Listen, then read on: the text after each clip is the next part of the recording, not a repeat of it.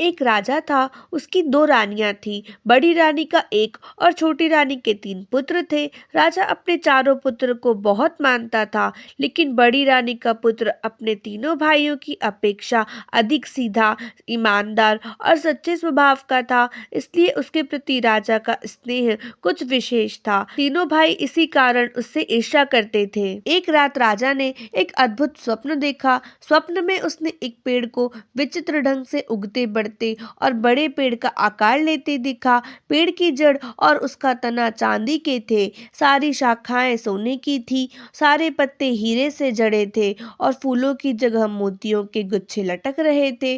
पेड़ पर एक सुंदर तोता बैठा था। तोता जब प्रसन्न होता तो पेड़ खिला खिला रहता था। तोते के उदास होते ही पेड़ भी मुरझा जाता। राजा को उस पेड़ ने कुछ इस तरह से आकर्षित कर लिया कि अगले दिन प्रातःकाल उसने अपने चारों पुत्रों को बुलाया और उस अद्भुत लुभावने वृक्ष के विषय में बताते हुए कहा, तुम में से जो राजकुमार वैसा वृक्ष ला सकेगा उसे मैं अपना उत्तराधिकारी बनाऊंगा।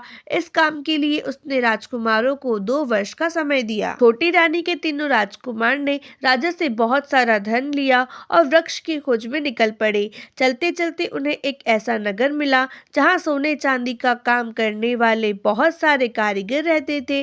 वे तीनों वहीं ठहर गए और कारीगरों से सोने चांदी का पेड़ बनाने में लग गए। पिता से कुछ पैसे लेकर बड़ा राजकुमार भी भाइयों के पीछे पीछे आ रहा था। तीनों भाइयों ने मौका देखकर उसे कुएं में ढकेल दिया। संयोगवश एक चरवाहा पानी पीने के लिए वहां रुका। उसने कुएं में रस्सी डालकर राजकुमार को निकाला। राजकुमार ने उसका धन्यवाद किया और अपने भाइयों की करतूत बताई। उसने अपने पिता के विचित्र स्वप्न के विषय में भी बताया। चरवाहे को राजकुमार से सहानुभूति हो रही थी। उसने बताया, यहाँ से कुछ दूर आगे एक जंगल है, वहाँ एक साधु 6 महीने से समाधि में लीन है। उसकी समाधि अब टूटने वाली है। तुम उसके पास जाओ, शायद वे उस पेड़ के विषय में कुछ बता सकें। कई दिनों तक चलने के बाद राजकुमार जंगल में साधु के पास पहुंचा। बहुत दिनों से समाधि में लीन रहने के कारण उनके चारों ओर घास फूस का जंगल बन गया था। राजकुमार ने चारों ओर साफ सफाई की और प्रतीक्षा करने लगा। साधु की समाधि टूटी। वे राजकुमार की सेवा से बहुत प्रसन्न हुए और उसे एक वरदान मांगने के लिए कहा। राजकुमार ने सोने चांदी वाले वृक्ष की मांग कर दी। साधु लज्जित होते हुए बोले, यह तो मेरे वश में नहीं है। आगे दूसरे जंगल में मेरे गुरु हैं, वे शायद तुम्हारी सहायता करें। राजकुमार लंबी यात्रा के बाद दूसरे साधु के पास पहुंचा। वे 1 साल तक सोते थे।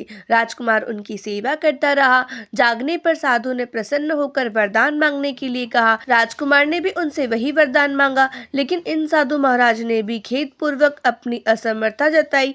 राजकुमार उदास हो गया। साधु ने उसे दंडवत देते हुए कहा, आगे के जंगल में मेरे गुरु हैं, उनमें देवी शक्ति है, वे अवश्य तुम्हारी मदद करेंगे, तुम उनके पास चले जाओ। राजकुमार आगे बढ़ा। घंघोर जंगल में भटकते भटकते अंततः उसे तीसरे साधु महाराज मिल गए। वे भी राजकुमार की मनोकामना पूरी नहीं कर पाए, लेकिन उन्होंने उसे तरकीब बताई। सामने के मंदिर की तरफ इशारा करते हुए उन्होंने कहा, उस मंदिर के देवता की पूजा करो, देवता प्रसन्न होकर तुम्हें एक मणि देंगे। वह मणि तुम्हें पाताल लोक ले जाएगी। वहाँ ढेर सारी परियां रहती है, वे ही तुम्हारी मनोकामना पूरी कर सकती है। आज के लिए बस इतना ही। आगे की स्टोरी नेक्स्ट पार्ट देखना बिल्कुल मत भूलिएगा। अगर स्टोरी अच्छी लगे तो चैनल को सब्सक्राइब करें, वीडियो को लाइक करना बिल्कुल मत भूलें। मिलते हैं नेक्स्ट पार्ट में, तब तक के लिए थैंक्स फॉर वॉचिंग।